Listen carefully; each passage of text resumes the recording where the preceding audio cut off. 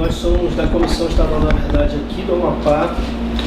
As comissões, elas têm essa atribuição, esse objetivo de estar, apurando, as graves violações aos direitos humanos ocorridas no período certo, da história do Brasil, que é de 1946 a 88.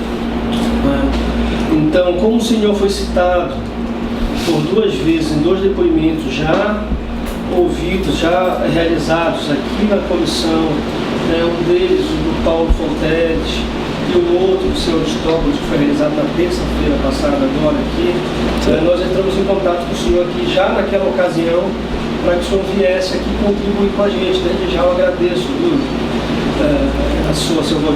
a sua disposição de estar aqui com a gente hoje, contribuindo com esse papel tão importante que é da Comissão da Verdade. Eu queria pedir para o senhor naquilo que o senhor puder contribuir com a gente, que o senhor seja bastante preciso em relação à data, em relação a fatos, quando eles ocorreram, em relação às pessoas, indicando o nome delas, as regiões onde determinados acontecimentos ocorreram. Então, eu queria que se o senhor pudesse ser o mais preciso possível, que o senhor fosse. Exatamente, Alexandre, eu sou mais à vontade que tudo que o senhor vai falar aqui para nós é diante de um resgate histórico. Assim, o senhor não está depondo um processo penal de responsabilização de algum. Tudo que o senhor está falando aqui é dentro de uma atribuição de um resgate histórico da consciência nacional. Por isso que é importante o seu depoimento. Que o senhor não fique com receio, porque todos esses depoimentos são pegos de caráter sigiloso. O senhor pode ficar tranquilo quanto a isso. Se o senhor relatar eventuais cometimentos de crime, isso pode não ser objeto de outros procedimentos, que aí sim terão outras garantias, outro rito até. Aqui nós estamos fazendo um resgate dos fatos. E é importante que o senhor diga todos os fatos que o senhor conhece, tudo que o senhor possa contribuir para que a gente consiga resgatar esse acontecimento, para que isso não se repita. Essa é a função da gente saber a verdade dos fatos, para que a gente tenha isso sempre na nossa memória coletiva e que isso não se repita no futuro. É esse o objetivo das comissões da verdade, é de fato demonstrar o que aconteceu para que isso fique na consciência coletiva do povo brasileiro, para que a gente não cometa os mesmos erros do passado. Certo, nós estamos aqui para contribuir, para falar que nós vivemos, apenas o que nós vivemos, E eu acho que nós fomos mais vítimas do que as vítimas da época, que se diziam vítimas, que hoje viraram tudo autoridade, Então eu não vejo eles como vítima, A vítima, quem se tornou vítima fomos nós, que fomos pegados pelo sistema e para entrar numa briga que a gente não sabia o que era, se era briga, o que era, porque nós naquela época éramos muito novos, E a gente foi servir o exército, por exemplo, eu incorporei em 1975, 15 de janeiro de 75. Quando, logo após que o soldado passa a soldado, que é de 6 meses, aí nós já começamos a ir para as batalhas. E nós fomos treinados, foi para a briga, nós fomos treinados para a guerra. As nossas instruções eram muito, muito violentas, sabe? A gente passava horrores, eles faziam com a gente. Isso porque estavam treinando a gente para a guerra, Eles sempre diziam: vocês estão passando por isso, porque se vocês for pegos pelo inimigo, vocês têm que morrer, mas vocês não podem contar o que vocês não podem entregar os seus amigos. Então a gente foi preparado, na verdade, para isso, para o combate, Então nas próprias instruções, até às vezes amigos não aguentavam, né?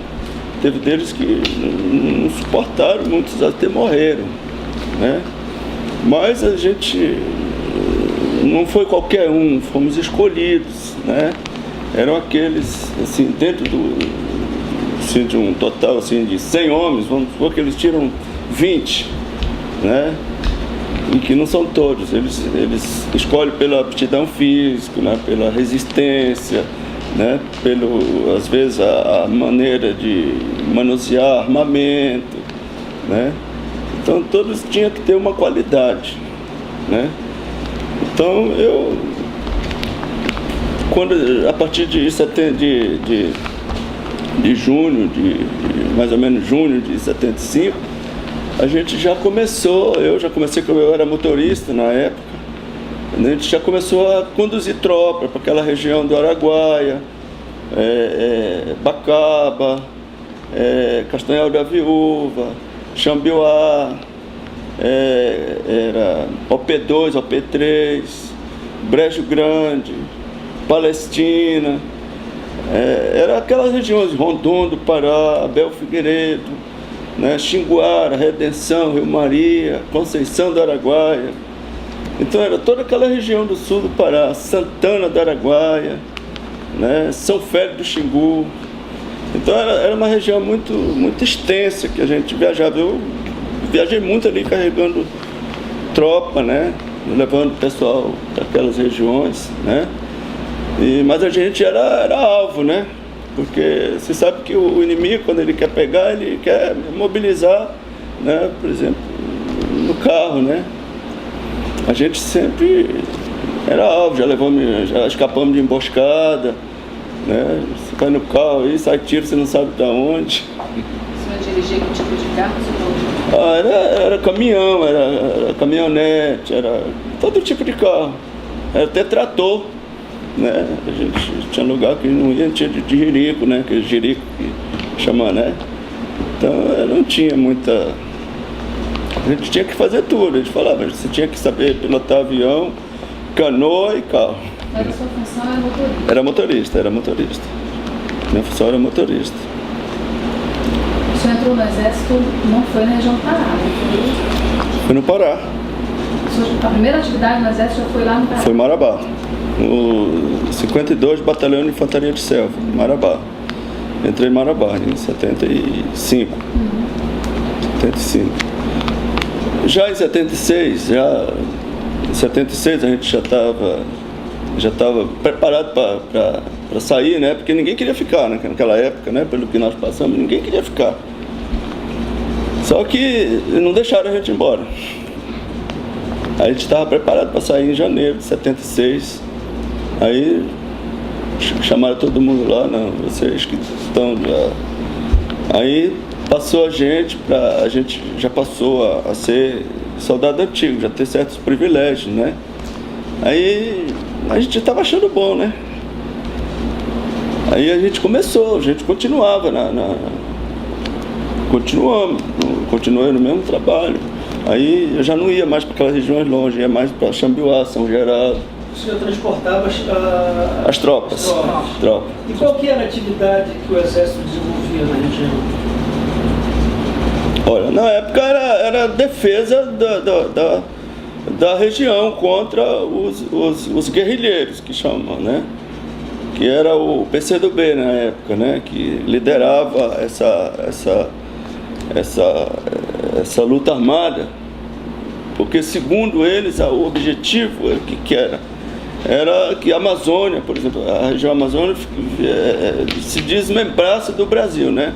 Porque tinha vários outros na época, a gente via os comentários, as palestras dentro dos quartéis, né? Que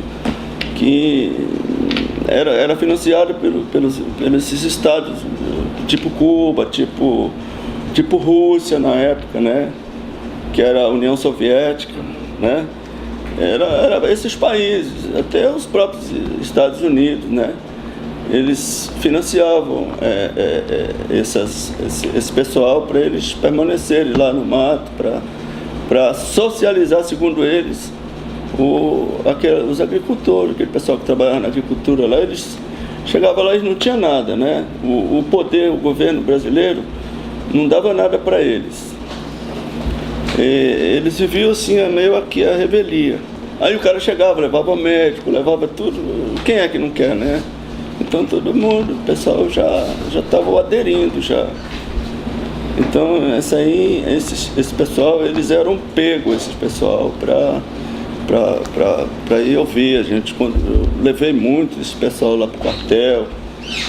Ou então, você também transportou guerrilheiro também? Transportei guerrilheiro e lá não tinha esse negócio, a gente transportava tropa, transportava guerrilheiro, transportava morto, era tudo que tivesse, sabe? Não tinha esse negócio, cada um tinha uma função. A função era aquela função a função era motorista, mas o cara transportava tudo. E ouvia muita coisa também. Ouvia muita coisa, a gente ouvia muita coisa, os caras sofrendo, né? A gente não sabia o que era, pra gente era inimigo, né? Mas você sabe como é que é a guerra? Na guerra, às vezes morre gente inocente, né? Eu acredito que muitos inocentes. Explica um pouquinho para a gente entender. O senhor Cristóvão, ele esteve aqui, ele ingressou no exército aqui no Amapá. Foi. Então ele integrou uma guarnição que foi fazer uma campanha, desenvolver uma atividade na região do Araguaia para combater os ritos subversivos da época. Ele respondia, a guarnição dele respondia a um comando, que respondia a um outro comando. Existia uma cadeia, né, de oficiais, né, de gradação de patente, a qual essa guarnição ela respondia. E como é que funcionava? Pelo que eu estou entendendo do senhor, a atividade lá em Marabá, nessa região onde o senhor citou, ela era muito intensa. Era muito né? intensa. De modo que o senhor não carregava, não pertencia a uma guarnição específica, mas carregava várias guarnições, né? Servia de motorista para várias delas. Explique para a gente como é que funcionava essa estrutura toda do exército na região, como é que era a determinação, quem eram os superiores, né? Que orientavam para que... Quem era o seu superior? Olha, o meu superior era o comandante na época do quartel, que era o general, não era nem general, era major, na época era Rosa Júnior. Mas assim, a pessoa com quem eu chegava lá e me requisitava para a gente ir era o Dr. Luquini, que depois que virou Curió, né? O nome dele era Luquini, Dr. Luquini. Ele era o que no exército? Naquela época ele devia ser capitão, pela época, mas a gente não sabia o que era tudo doutores, né? Tinha uns caras assim que a gente marcava bem, assim, porque ele era um cara assim que ele se dava muito com a gente, ele era um cara assim que quase que ele comandava tudo, né? Ele comandava tudo. Tinha outro também que depois eu me surpreendi de saber quem era ele. Depois que eu fiquei sabendo, depois de muitos anos, que era o Dr. Silva, até hoje eu me lembro, Dr. Silva, depois que já acho que em 82, 83, que eu vi quando ele foi secretário de negócio da Polícia Federal, que era o Dr. Romeu Tuma. Né, que lá a gente conhecia Dr. Silva. Ele era Dr. Silva lá. E ele a gente chamava ele porque ele tinha cara comprida assim, né? Aí aquela turma assim, a gente botava apelido nos caras, né? Né? Porque a gente ficava só os policiais, só os soldados, assim, e a gente também tinha uns momentos de brincadeira. A gente botava apelido nos caras, a gente botou o nome dele cara de cavalo. Né? Ele era o cara de cavalo, todo mundo já sabia, quando a gente falava cara de cavalo, todo mundo sabia que era esse Dr. Silva, né? Que depois eu fiquei sabendo que era Romeu Tuma. Depois que eu vi ele na televisão, eu falei, não, é esse mesmo. Então eles ficavam um pouco no anonimato? Eles não vestiam farda, eles chegavam no quartel, tinha muitos doutores lá, que a gente não sabia nem quem era. Os nomes, né? A gente não sabia, a gente só descobriu esses porque a gente convivia muito com eles, né? E mesmo depois eu fiquei antigo no exército, né? Aí, já em 76, na Operação Limpeza, que chama, né? Teve a Operação Limpeza já em 76, que eu fui requisitado pelo próprio Curió para trabalhar direto com ele. Né? Nessa altura vocês já eram muito amigos? Já, a gente ficou amigos, né? Porque ele via que eu não tinha medo, assim. Eu nunca tive medo, assim. Aí ele achava, aí pedia às vezes o cara para sair de noite sozinho e levar alguém não sei aonde para voltar, ter que voltar sozinho, e os caras tinham medo de ir. Eu ia, não tinha esse negócio comigo não, eu ia qualquer hora. Eu estava dormindo, ele ia lá, me chamava, eu ia, levava o cara, trazia de volta, ia buscar no aeroporto, ia levar. E ele contava muita coisa? Não, ele não era de contar muita coisa. Ele só pedia pra gente, olha, você não viu nada, você é cego, surdo e mudo. Só isso que ele... O senhor falou que em 76 já teve a Operação Limpeza. O que foi a Operação Limpeza? Olha, o que eu fiquei sabendo da Operação Limpeza, até porque no começo eu não sabia o que era. Era para apagar por exemplo, os vestígios de guerrilha. Isso que eu entendi. Porque a gente ia muito para uma região chamada Bacaba, do quartel. O Curió não vivia muito lá no quartel, ele vivia lá para Brasília. Quando ele chegava aí requisitava, ele me pedia para mim ficar paisano, não era fardado, né? E num carro descaracterizado também, que era do DNR ou do INCRA, qualquer um carro, não era carro caracterizado, era carro descaracterizado, inclusive com placa, sem placa, porque naquele tempo podia tudo, né? Então, nessa época, a gente ia muito para aquela região de Bacaba. Aí eu me lembro, assim, por umas 3 vezes, eu não me lembro demais, mas pelo menos umas 3 vezes eu trouxe, a gente colocava dentro do carro um saco com coisa muito fedorenta.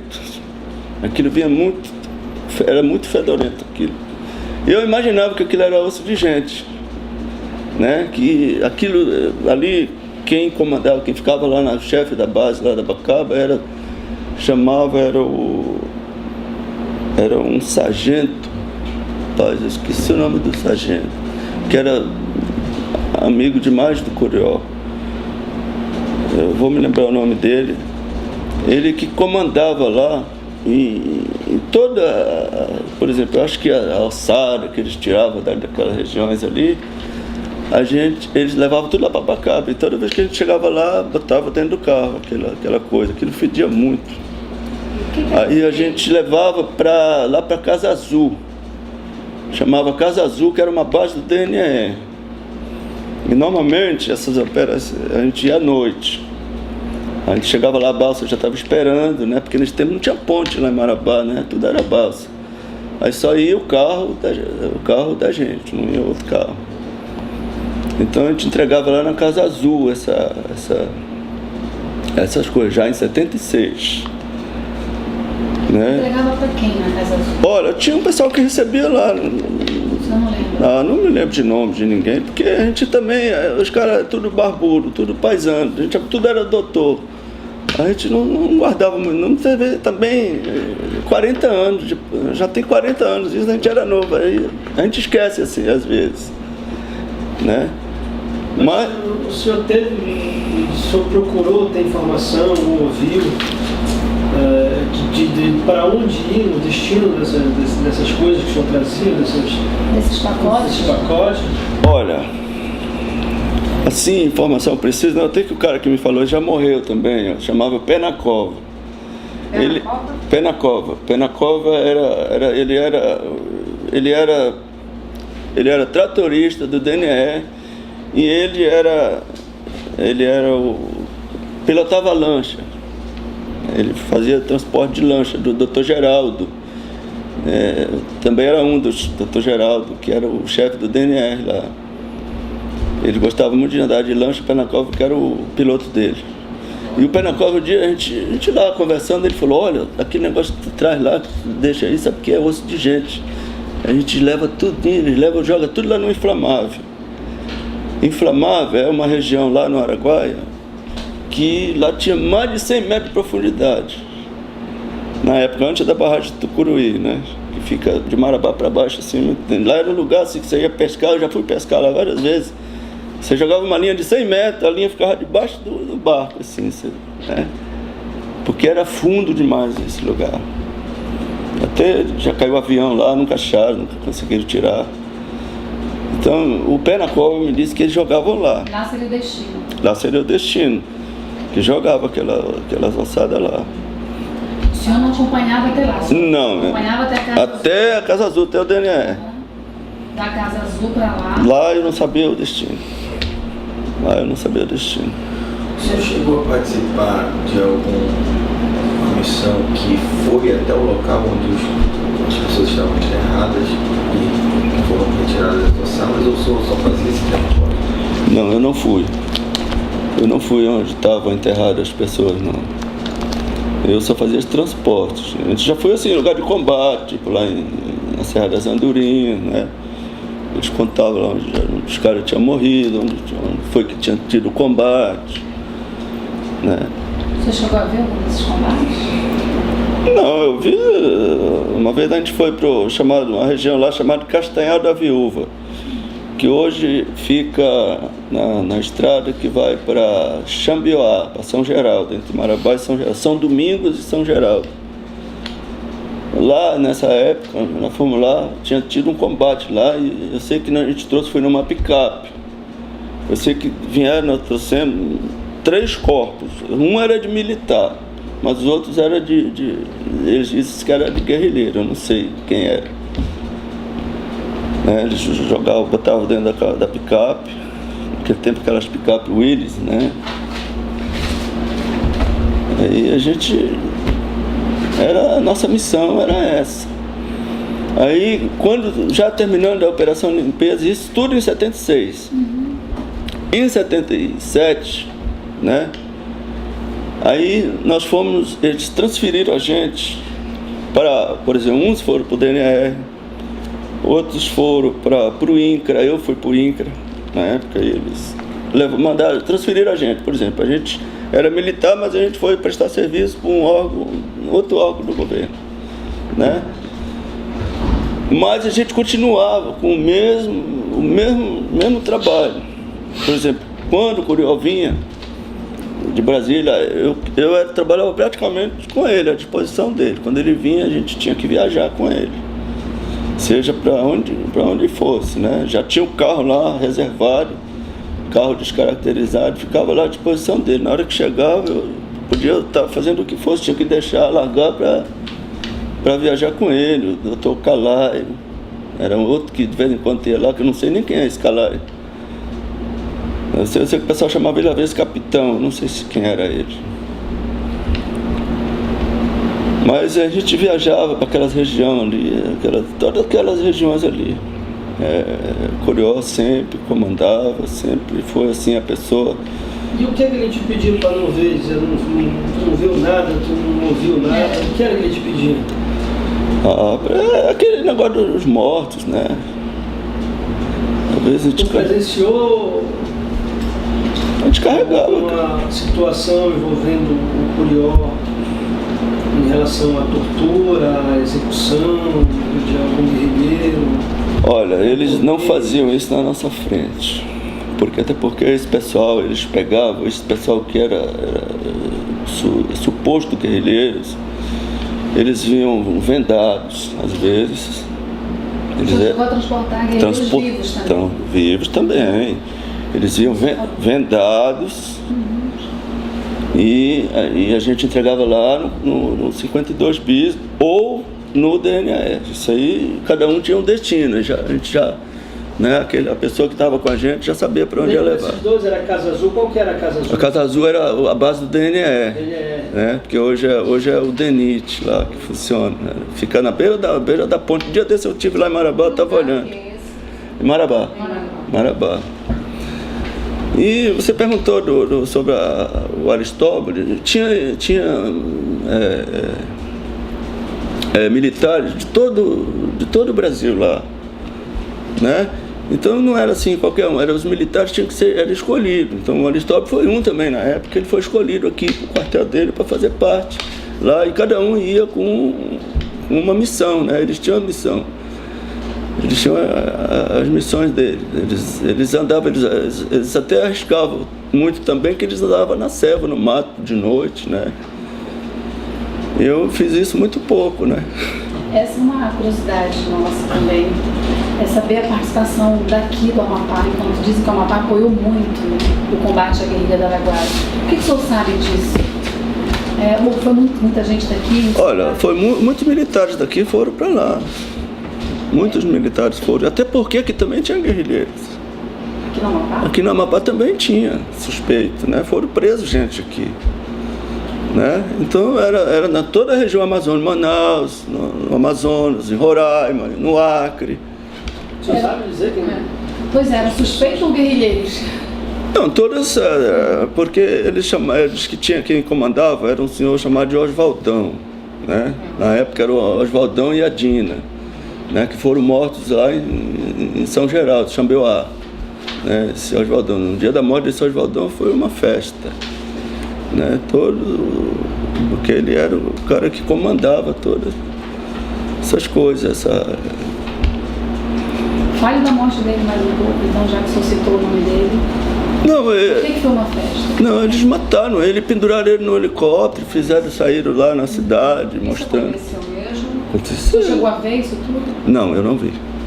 Eu não estava lá quando cheguei, já tinham terminado a festa. Mas ouviu os relatos. O relato lá do pessoal lá. Muita gente viu isso. Muita gente viu. Se você for lá hoje, por exemplo, lá em Xambeuá, o pessoal antigo lá, eles sabem disso, todo mundo conta essa história lá, isso é normal lá, né? O pessoal antigo, você vê que isso aí tem 40 anos, gente, não foi ontem, né? Mas ainda tem velho lá que sabe dessa história, né? Agora, o que eu, por exemplo, o Aristóteles, o Raimundo, né? Porque nós trabalhamos mesmo, nós sofremos humilhação, porque os caras também humilhavam a gente. A gente não podia dizer que não. A gente só era sim senhor, não tinha não senhor. Né? Tinha determinados chefes, né, que era assim. Chegaram os militares. Não tinha esse negócio de não senhor, não, era só sim senhor. Alguém dizia não, senhor? Você conhece alguém que teve coragem? E se tinha coragem, o que eles faziam? Eles torturavam mais ainda. Torturavam uma vez só porque numa instrução, só porque me deram sangue de gado, né? Sangue de boi morto, para mim beber o sangue. Eu não bebi, depois botei para fora, me deixaram crucificado, meio-dia. Fiquei na cruz, meio-dia lá. No sol quente, eles botavam a gente na cruz, crucificavam, amarravam o braço e as pernas ficavam penduradas, tipo Jesus lá na cruz. Quanto tempo mais ou menos? Acima de 2 horas. E todo mundo? Aí, todo mundo lá, jogava pedra, um fazia uma gracinha. Era assim, as instruções nossas no começo era assim. Isso era no começo, dentro do quartel. Dentro do quartel. Nós sofremos demais, sabe? Por isso que eu tive assim, nunca quis que meu filho era doido para servir o exército, negativo. Não vai fazer outra coisa. Porque para mim foi uma tortura para nós, todos nós ficamos com trauma, todos nós ficamos com problemas, né? Porque a gente saiu dessa coisa, mas não tem para dizer, eu não conheço nenhum que não tenha nenhum tipo de problema psicológico. Todos têm. Eu tive que ir para psicólogo, né? Porque a minha família me ajudou. Porque o exército não me ajudaram não. O que fizeram com a gente foi quando, já em 1985, 86, porque lá naquela época, quando a gente foi lá para o INCRA, era SEAT, era Coordenadoria Especial do Araguaia Tocantins. Depois mudou para GETAT, que é mesmo tudo INCRA, que era Grupo Especial das Terras do Araguaia Tocantins. E aí logo em seguida, porque era tudo comandado pela Presidência da República, né? O senhor Aristóteles citou aqui o nome de alguns líderes do movimento guerrilheiro lá, inclusive de um que ele tinha tido contato ainda vivo dentro do batalhão. O senhor teve contato com alguém, que o senhor se lembra o nome ou a aparência? Olha, assim, contato mesmo, assim, não. Porque contato a gente tinha, assim, durante o transporte. O meu negócio era só transportar, a gente também não podia perguntar nada, porque sempre tinha alguém do lado, né? Mas o contato não, porque eles, às vezes, eles ficavam lá vigiando os caras, sabe? E já o meu caso era outro, era transportar. Eu não parava muito, nem no quartel, nem em lugar nenhum. Às vezes eu estava aqui hoje, amanhã já estava na Abacaba, depois já estava em Jambioá. Era assim. Ele inclusive citou que teria visto quando o Oswaldão tinha caído do helicóptero, o corpo dele, etc. E ele chegou a afirmar que o senhor tinha transportado alguns dos corpos de alguns dos guerrilheiros. Eu transportei vários corpos. Você sabia o nome, que eram os líderes do movimento. O senhor se lembra do nome de alguém que o senhor tenha transportado, ou vivo ou morto? Olha, eu me lembro assim de um cara que chamava, parece que era Pedro Alves. Esse cara foi o único assim que eu tive assim, um contato, porque o militar que estava com a gente no carro, ele passou mal e teve que ir. Eu parei o carro para ele fazer a necessidade lá, e aí o cara me pediu água, sabe? Aí eu tinha o meu cantil aqui com água, e eu dei água para ele beber. Aí eu perguntei o nome dele, ele falou que era Pedro Alves. Esse cara, eu tenho certeza que ele não ficou vivo, porque depois tinha um amigo meu lá que era da minha época, eu perguntei aquele que veio, que eu dei água para ele, ele falou, não, que ele já foi, levaram o pescoço dele, levaram a cabeça dele. Tu levou ele para onde? Pro quartel, para Casa Azul. Casa Azul. Deixou ele vivo lá. Deixei ele vivo lá, mas só que passou uma semana depois que eu voltei lá, diz que já tinham tirado a cabeça dele. Porque muitos diz que eles cortavam e levavam a cabeça, né? Levavam só a cabeça dos caras para Brasília, para não dar muito. Pois é, conte mais, como é que sumiu com esses corpos? Além dessa lagoa, você sabe de mais alguma outra história? Olha, lá no Brejo Grande tinha um cemitério lá, que diz que tinha enterrado várias pessoas lá. O Brejo Grande fica onde? Brejo Grande fica de Marabá, fica perto de Marabá para lá, deve dar assim uns 150 quilômetros. Porque é Brejo Grande, Palestina, sabe? Porque lá também tinha uma agrovila lá do INCRA na época, que era um ponto de apoio, né? Os militares ficavam muito lá. Então lá também teve um cemitério lá, que até o pessoal da comissão tiveram lá e arrancaram, parece que acharam alguns corpos lá. Esse cemitério eu já cheguei lá, uma vez eu fui lá, uma vez deixar uns pacotes lá. Mas eu não sei quantos eram, que era estava dentro do saco, né? A gente não sabe. O senhor estava com quem quando o senhor foi deixar esses pacotes nesse cemitério? Era outro. Não me lembro o nome do cara. Não era seu Curió? Não era Curió, esse não era Curió. O senhor se lembra se deixou alguma distinção de quem ia pro quartel e quem ia para Casa Azul? Se tinha algum critério, se eram os líderes que iam para algum lugar? Normalmente os líderes iam para Casa Azul. Os caras mais perigosos eles levavam lá para Casa Azul.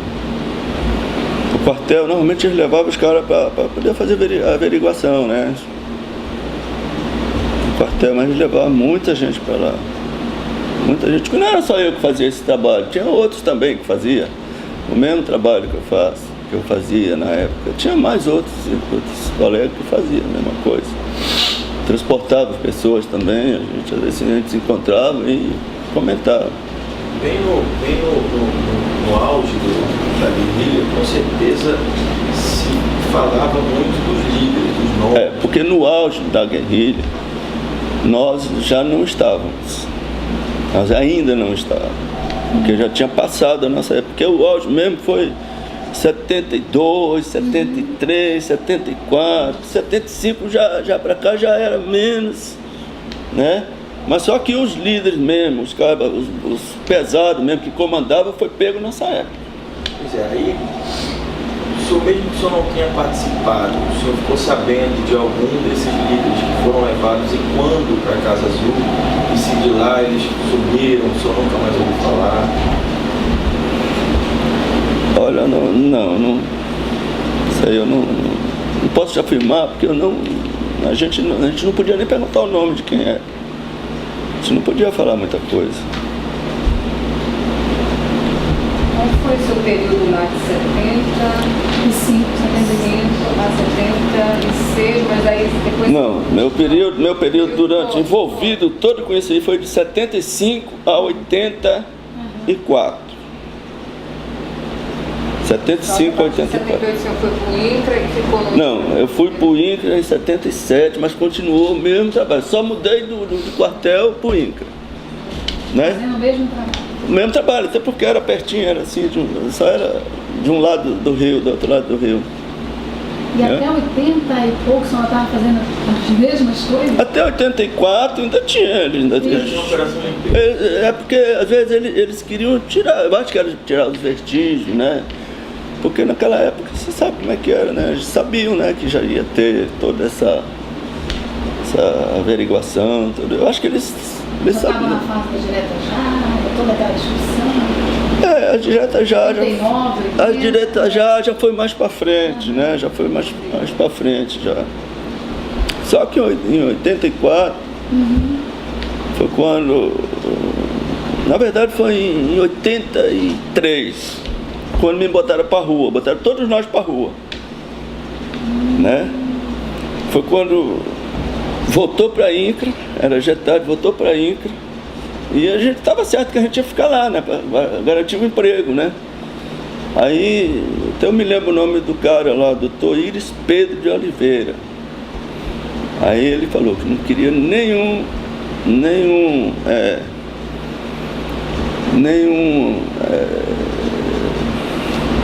olho do Curió lá dentro. Então todo mundo que tinha trabalhado com Curió, ele mandou embora. Então, ele demitiu todo mundo. Há relatos aqui de que teriam transportado algum dessas ossadas aqui para o Amapá, mais precisamente para Clevelândia. Você tem algum conhecimento sobre isso? Não. Eu não tenho conhecimento, até porque a nossa região lá era motorizada, né? E já o transporte para cá eles traziam de avião, né? Mas Você não sabe nada disso? não, a gente ia no aeroporto levar as pessoas, levar as coisas, mas a gente não. Você nunca levou saco para o aeroporto, por exemplo? Não, para o aeroporto não. Infelizmente não, ou felizmente, né? Felizmente não, eu só levava lá para Casa Azul ou para o quartel. O quartel eu nunca levava nada de saco, só era para Casa Azul. O quartel a gente levava mais, eu ficava vivo, vendado. Para prestar depoimento. O senhor Estómago também te falou aqui que houve uma certa violência com os camponeses, com os ribeirinhos lá, que supostamente teriam dado guarida aos guerrilheiros. O senhor sabe do Latreiros. Você pode nos contar como é que funcionava? O que eles faziam? O que se fazia? Olha, os camponeses, eles eram, normalmente eles davam apoio às pessoas, mas eles não sabiam o que estavam fazendo, né? Aqueles caras chegavam lá para comprar gado, comprar alimento, até porque eles não podiam ir na cidade, né? E aqueles camponeses, eles vendiam para ele, mas tinha que ser escondido. Se fosse pego, ele ia pro cacete também. Então, quando eles sabiam que alguém tinha tido lá na casa do camponês, eles pegavam o camponês e metiam a porrada até ele ia descobrir quem era o cara, o nome do cara, quem era, para onde o cara foi. Ele falou também numa suposta operação varredura, acho que foi esse nome. É que é uma operação limpeza, né? Não, limpeza, Não. é a mesma. Era antes de resgatar as ossadas, era que eles tacavam fogo nas plantações dos ribeirinhos, para que as pessoas morressem de fome naquela região. Isso. O senhor tem alguma informação? Olha, houve algumas situações assim, mas não foi assim generalizado não, foi alguns. E às vezes era até revolta, né, dos próprios guerrilheiros, que eles botavam fogo, né. Por exemplo, tem um cara que era muito falado lá na época, a gente via falar, que é esse deputado aí, está preso, o Zé Genuíno, né. Zé Genuíno era um dos líderes lá na época. E o Zé Genuíno foi um colaborador das Forças Armadas naquela época, porque quando ele foi preso, ele entregou todo mundo, toda a estratégia deles. Então, naquela época, o Zé Genuíno foi uma pessoa assim, que ele contribuiu muito, né? Porque é igual o pessoal conta, né? Muitas histórias, que diz que o João Capiberibe foi preso também na época, mas ele não foi preso lá não, porque ele não esperou, né? Ele seria preso, claro, mas ele também não esperou. Aí diz que esses caras foram torturados, não sei como, igual o Paulo Fontelli, diz que o pai dele os militares mataram. O pai dele, pelo que eu sei, o pai dele era grileiro, que chama, né? Grileiro que vai de terra para explorar, vender madeira, essas coisas assim. Ele morreu lá em combate com grileiro lá, pelo que eu sei. Né? Aí depois o cara aparece dizendo que o pai dele foi morto pelo exército naquele tempo. Você chegou a conhecer o pai dele? Paulo Fonteles Filho eu conheço. Não, o pai dele não conheci, só conheci a história dele. E essa história que o senhor conhece? A história do que eu conheço. Ele não era advogado da Pastoral da Terra, não? Quem? O pai dele? Sim. Que eu saiba, não. Eu conheço um rapaz lá em Marabá, o Guido. O Guido sabe da história, ele era muito ligado a esse pessoal. Agora, o Curió, o que o senhor viu de ação do Curió nesse período? O que o senhor ouviu falar? O Curió, ele era o mentor de toda... Ele era o que comandava toda os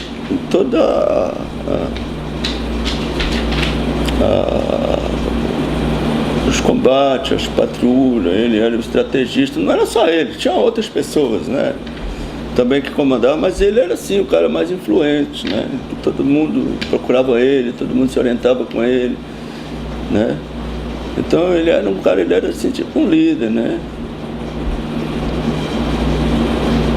Sabe por que esse apelido dele de Curió? Curió? Colocaram lá nessa região lá, porque ele gostava muito de passarinho, lá tinha muito esse pássaro, chamava Curió, ele gostava muito ele gostava de passar daquele Curió, e lá tinha muito na região. O Curió, ele observa muito, né? O Curió é um cara assim, que ele não era de falar muito, ele é um cara assim, dificilmente ele sorria. Você não via ele sorrir, Curió. Eu andei com ele muito, às vezes a gente andava o dia todo, ele 2, 3 palavras.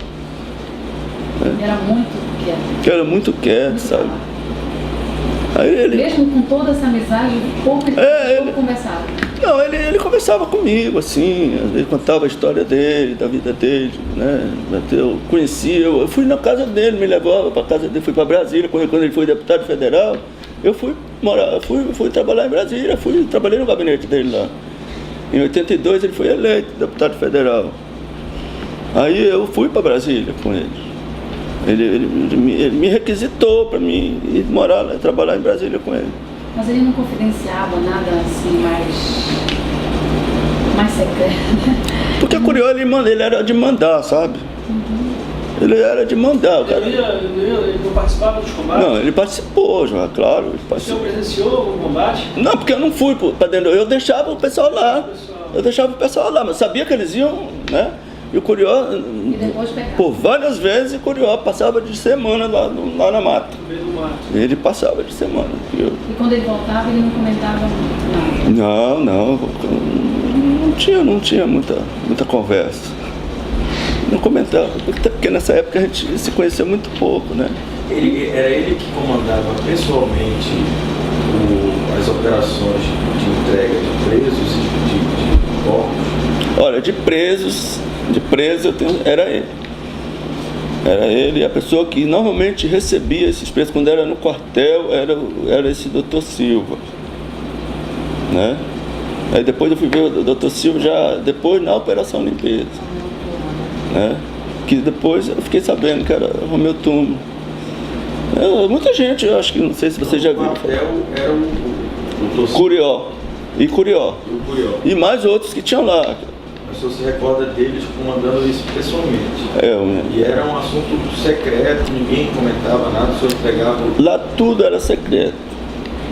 Vocês pensam que a gente trabalhou lá, a gente tinha liberdade? Não, o soldado era para fazer o que eles mandassem. Você tinha que fazer e pronto, não tinha esse negócio não. E tinha que sair bem feito. O senhor tinha acesso à Casa Azul, às pessoas que eram levadas para essa Casa Azul? O senhor tinha acesso a eles? As pessoas que trabalhavam lá? Não, lá era assim, era fechado lá.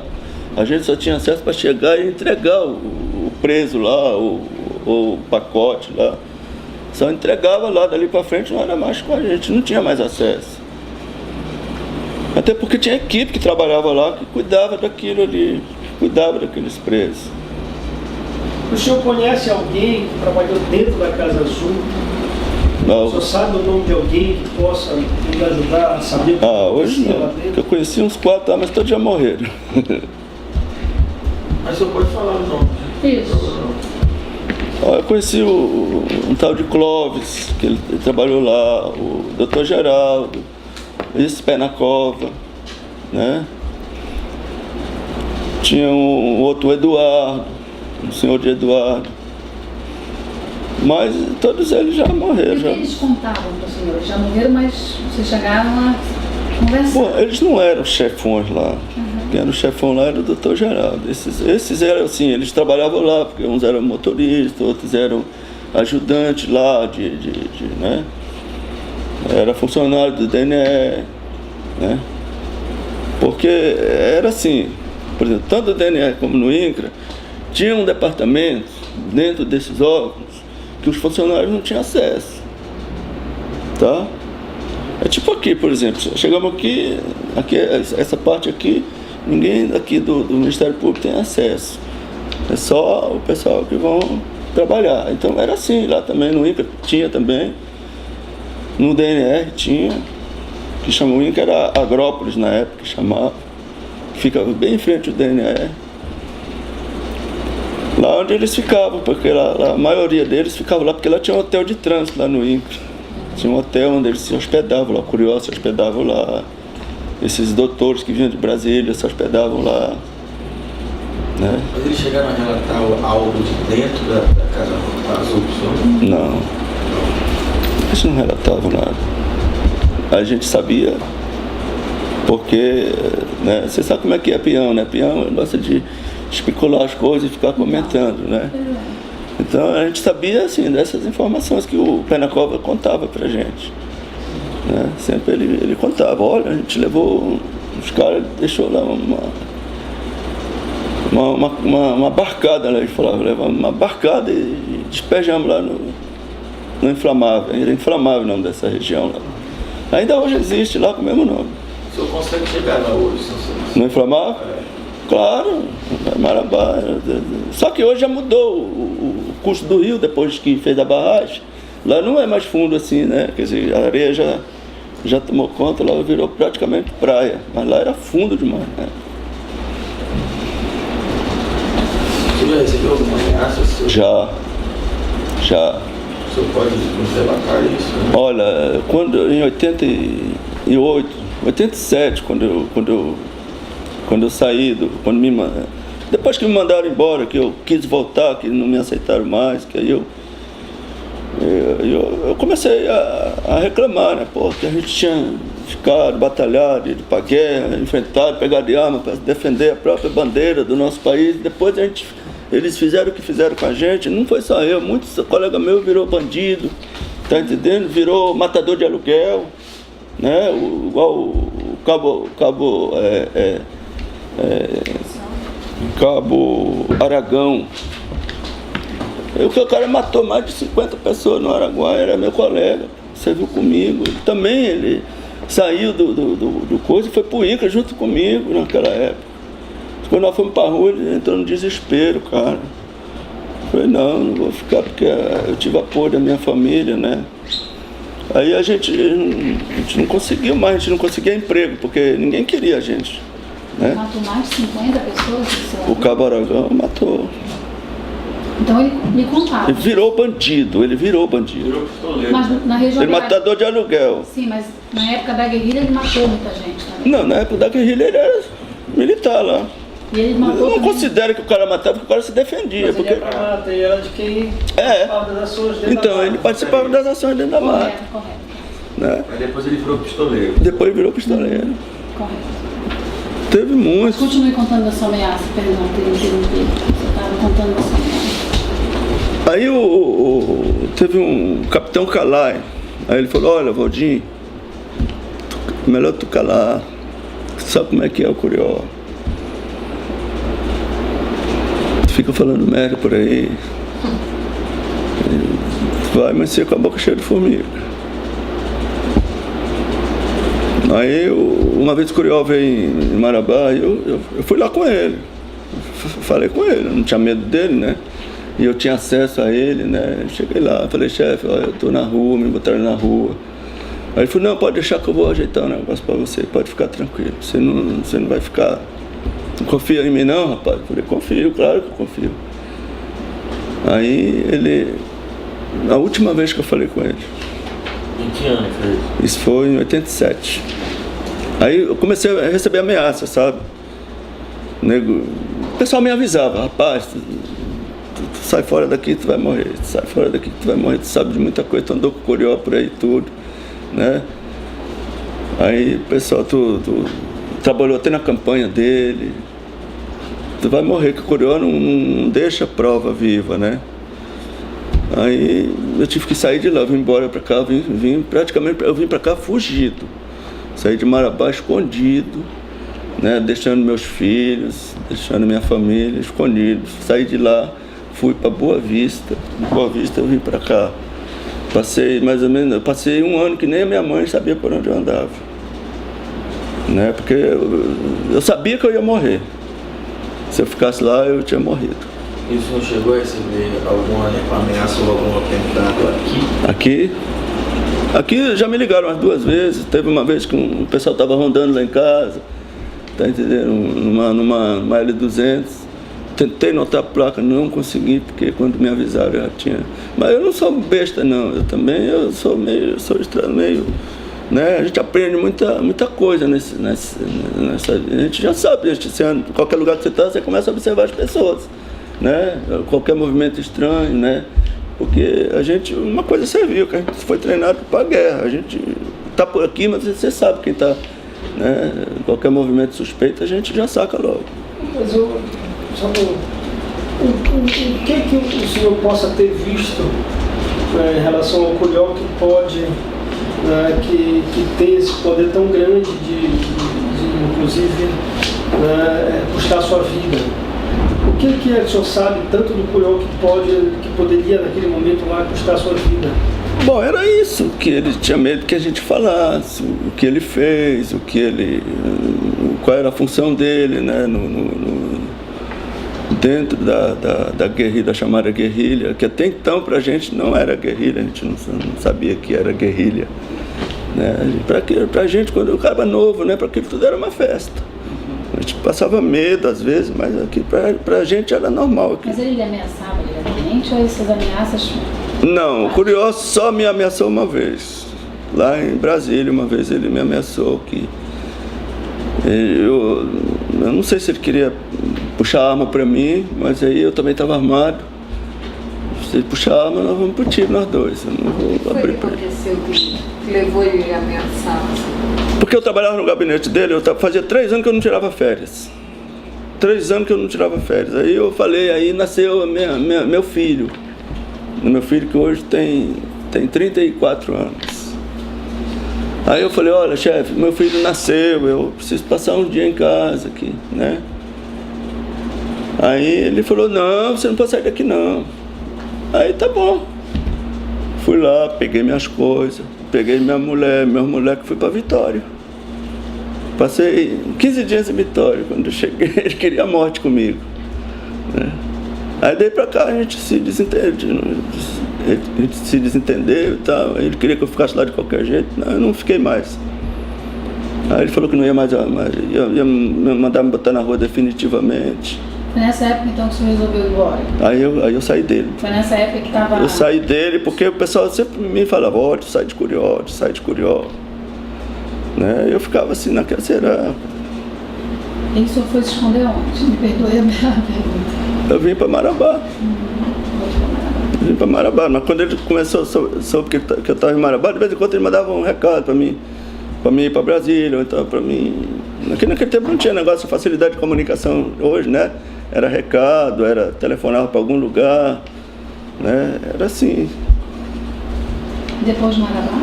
Depois de Marabá eu fui para Boa Vista e vim para cá. O senhor tem conhecimento de alguém que Curió tenha concretizado as ameaças? Alguém que tenha trabalhado juntamente com ele?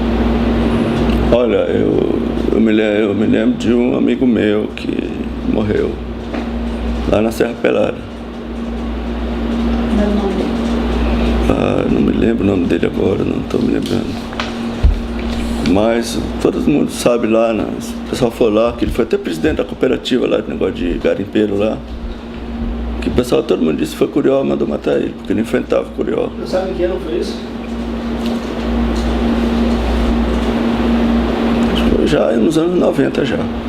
De 90. Você chegou aí para Serra Pelada? Fui com Curió. Fui com Curió. Qual foi o período? Em 80. Primeira equipe que desceu na Serra Pelada com Curió, eu estava. Nós fomos até num avião, num helicóptero da Norcigel, uma empresa chamada Norcigel. Era uma empresa, eram os helicópteros, eles chamavam Laranjinha, ele era amarelinho e redondo, né? Ele era todo de vidro, o helicóptero, você estava dentro dele, você olhava para o chão, ele era todo, parecia uma bola de vidro. Então nós fomos, acho que, eu não sei se foi em maio ou foi em junho de 80.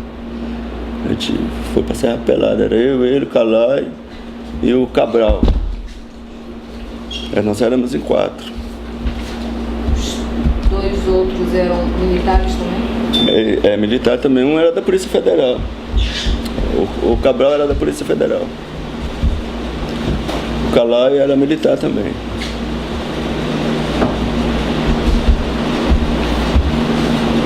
Aí nós fiquei na Serra Pelada quase um ano lá. O senhor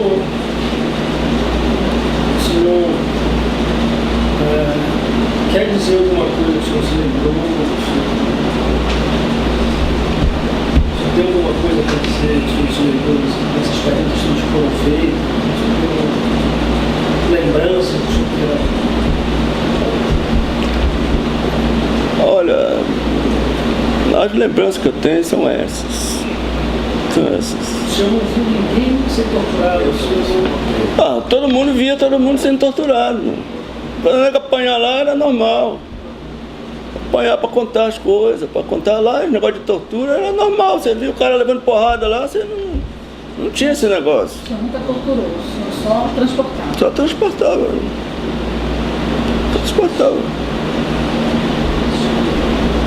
Você viu o cara levando porrada lá para falar a verdade?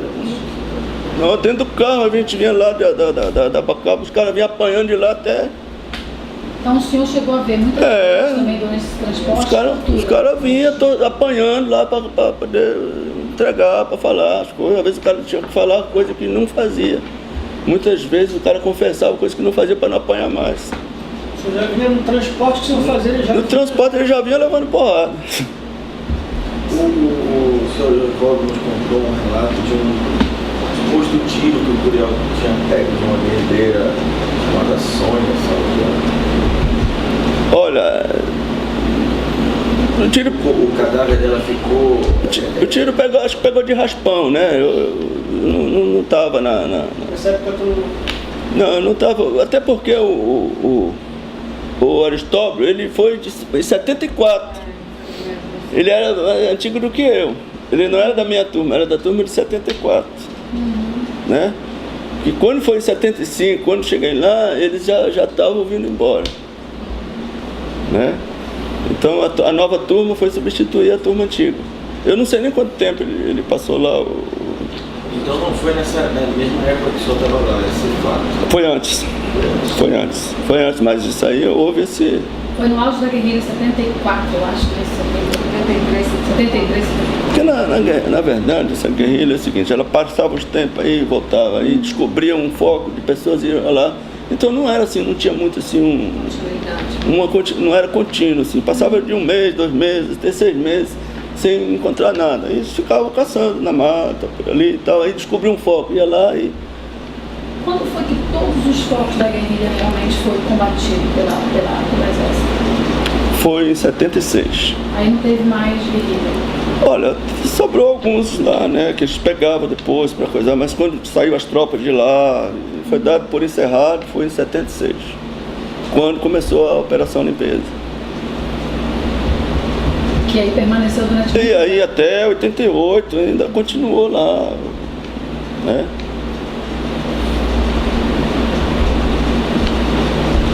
O senhor sabe dizer se eles tinham também lá na guerrilha, nessa Operação Limpeza, algum método também para assumir qualquer possibilidade de encontrar, tipo, tirar também impressão digitais? O senhor viu aquele depoimento? Não. Mariana, o senhor sabe dizer se eles chegavam a fazer isso?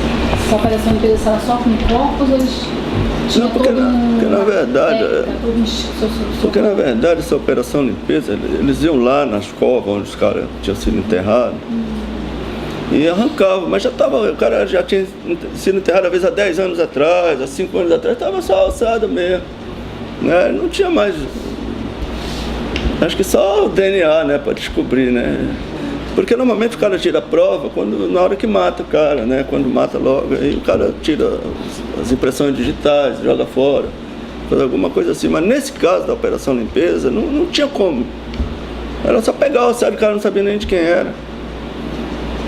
Você sabe se tinha alguma ajuda de fora do Brasil também, tipo americana, ajudando eles a consumir com esses corpos? Você ouviu falar alguma coisa sobre isso? Olha, que eu sabia que tinha do contrário, do contra, né? Para bancar a guerrilha. Né? Que na verdade, que se via falar que eles iam tomar a Amazônia do Brasil. Né? Eles que falavam que é isso que eles falavam pra gente, que eles queriam tomar a Amazônia através desse grupo do PCdoB, que estava do comunismo, que estava apoiando, porque a Amazônia era muito rica e eles queriam formar um país independente aqui, um país comunista dentro tomar a Amazônia do Brasil. É essa que era a informação que eles passavam. A versão dos militares, né? A versão dos militares na época era essa. Daí era preciso combater. Era preciso combater.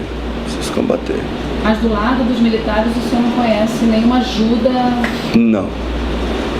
Dentro da Amazônia? Não, a ajuda era eram os quartéis que fornecia tropa, alimento, não faltava nada.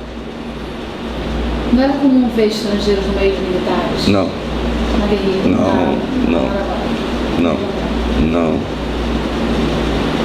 Não via, não. Que eu saiba, não. No meio dos militares, nem... Só era o pessoal mesmo do quartel. A não ser quando ia algum visitante importante, né? Que aí ia junto com toda... Ia muito visitante? De vez em quando iam fazer inspeções nos quartéis, ia todo o comando, por exemplo, o comandante do CMA, por exemplo, era o Comando Militar da Amazônia, né? Ia muitas pessoas, estrangeiras, mas era por exemplo, de força militar também, né?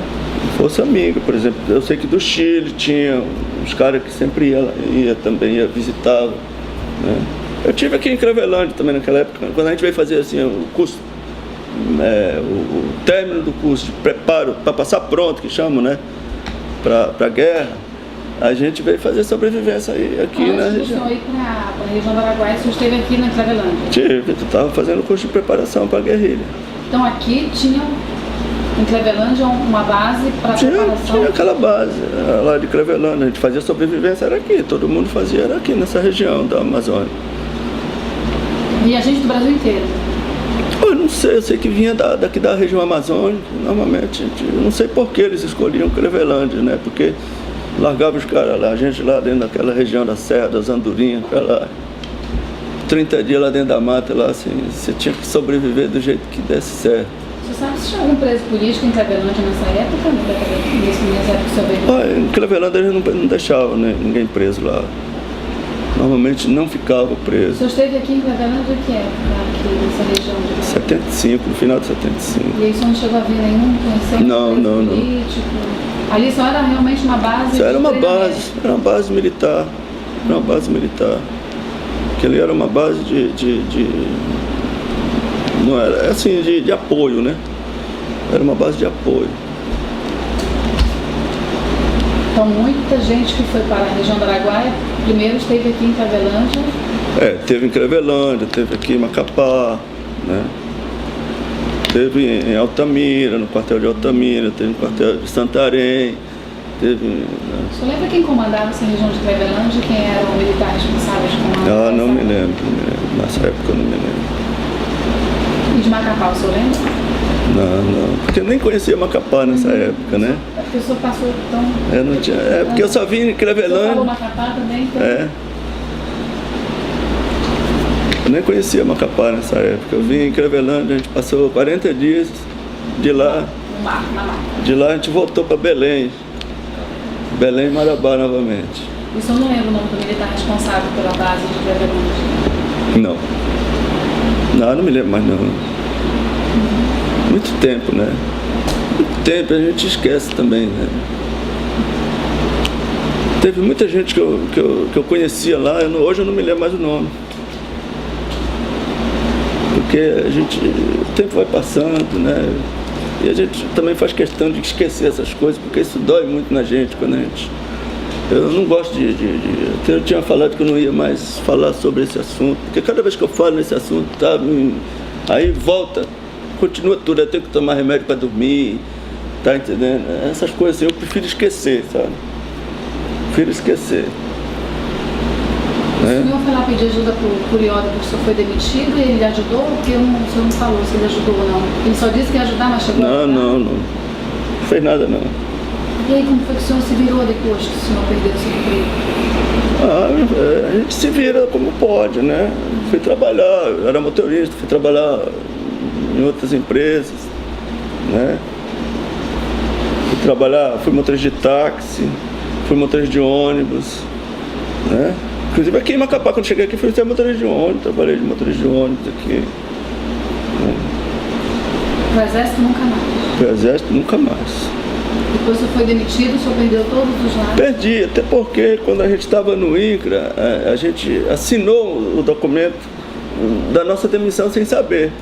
Como se vocês estivessem pedindo. A gente assinou o documento. Você não sabia que estava... Não, ninguém sabia, até porque a gente tinha que assinar aquele documento lá. Olha, precisa assinar aqui esse documento.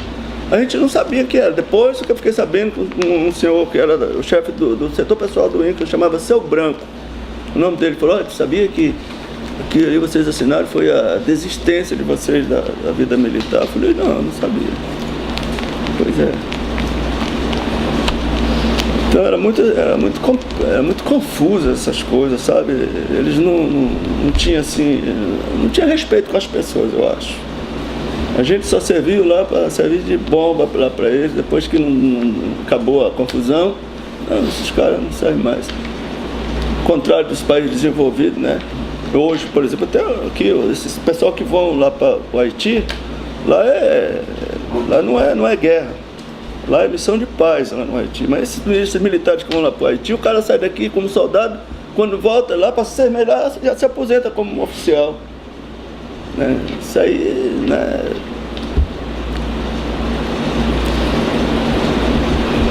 Então é missão de paz, não era para... E quem passou quase 6 anos na guerra, igual a gente, aí não tem direito a nada. Nós estamos na justiça, né? A gente acredita que vai haver ainda justiça, né, pra gente. Essa reivindicação que o senhor está fazendo junto à Comissão de Anistia? A gente está fazendo a gente teve que fundar essa associação, né?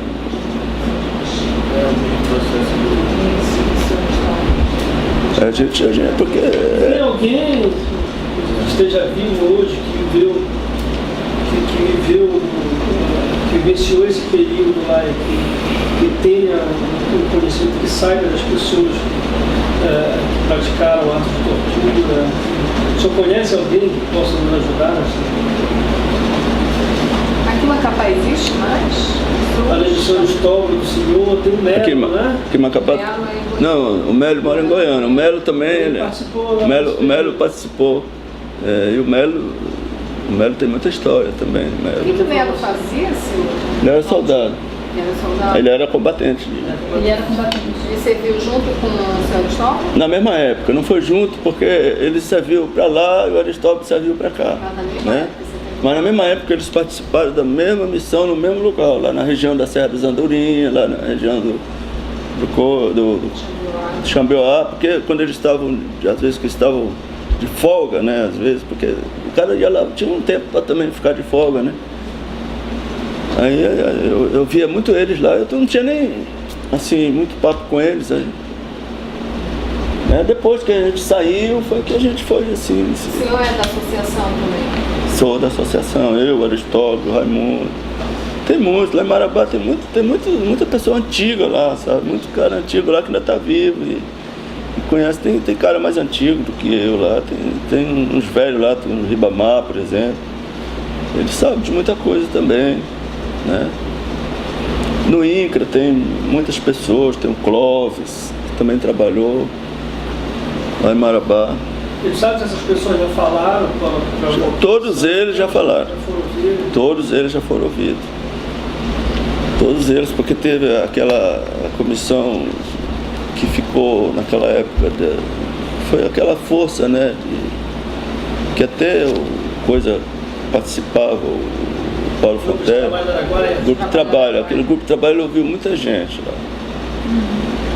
Ouviram muita gente. Só que eu não sei o que foi que houve, que depois o Paulo Fontelli, né, ele começou a escrever, a vender notícia, né, porque a gente sabe disso, né, a vender as informações que ele pegava nossa, do pessoal, e começou a vender para revista, para não sei quem, tá entendendo? E todo mundo se revoltou contra ele, porque ele estava querendo mais o lado financeiro, né? Tá vendo mais o lado financeiro. Até que você sabe que ele foi excluído da comissão, né? O Paulo, né?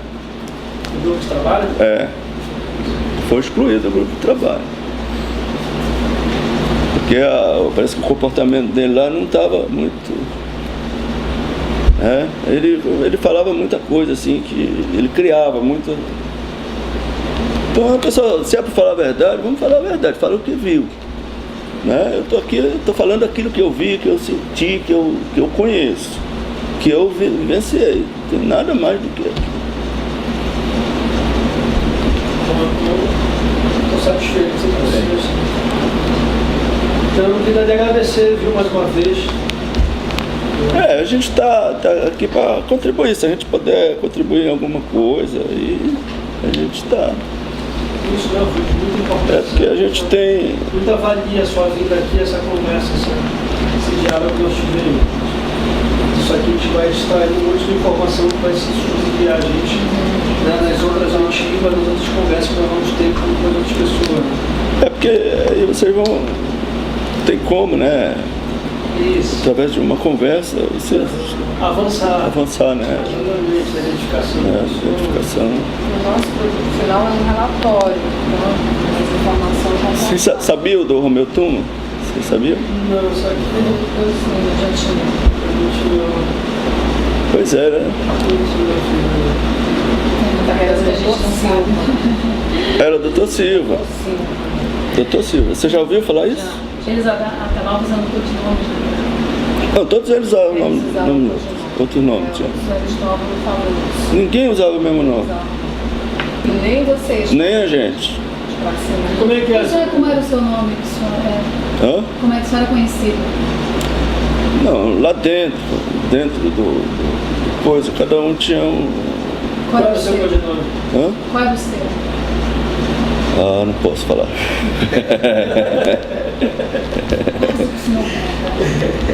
Acho que vai seu Valdir.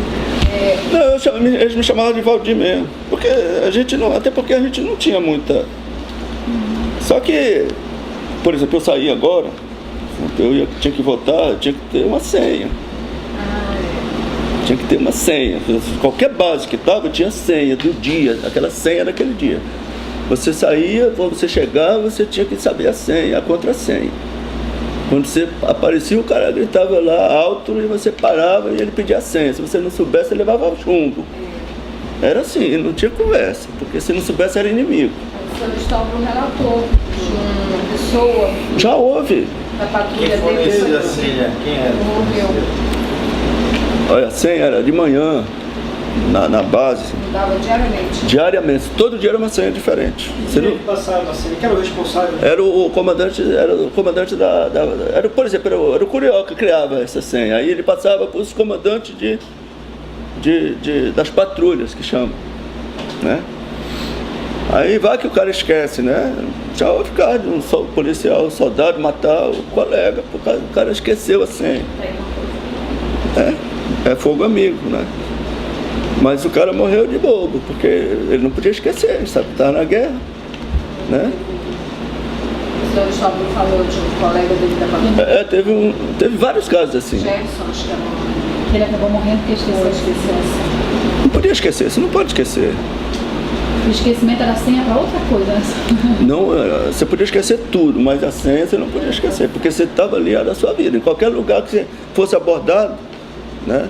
Às vezes o cara pedia a senha para você, primeiro você tinha que identificar se realmente ele sabia a senha.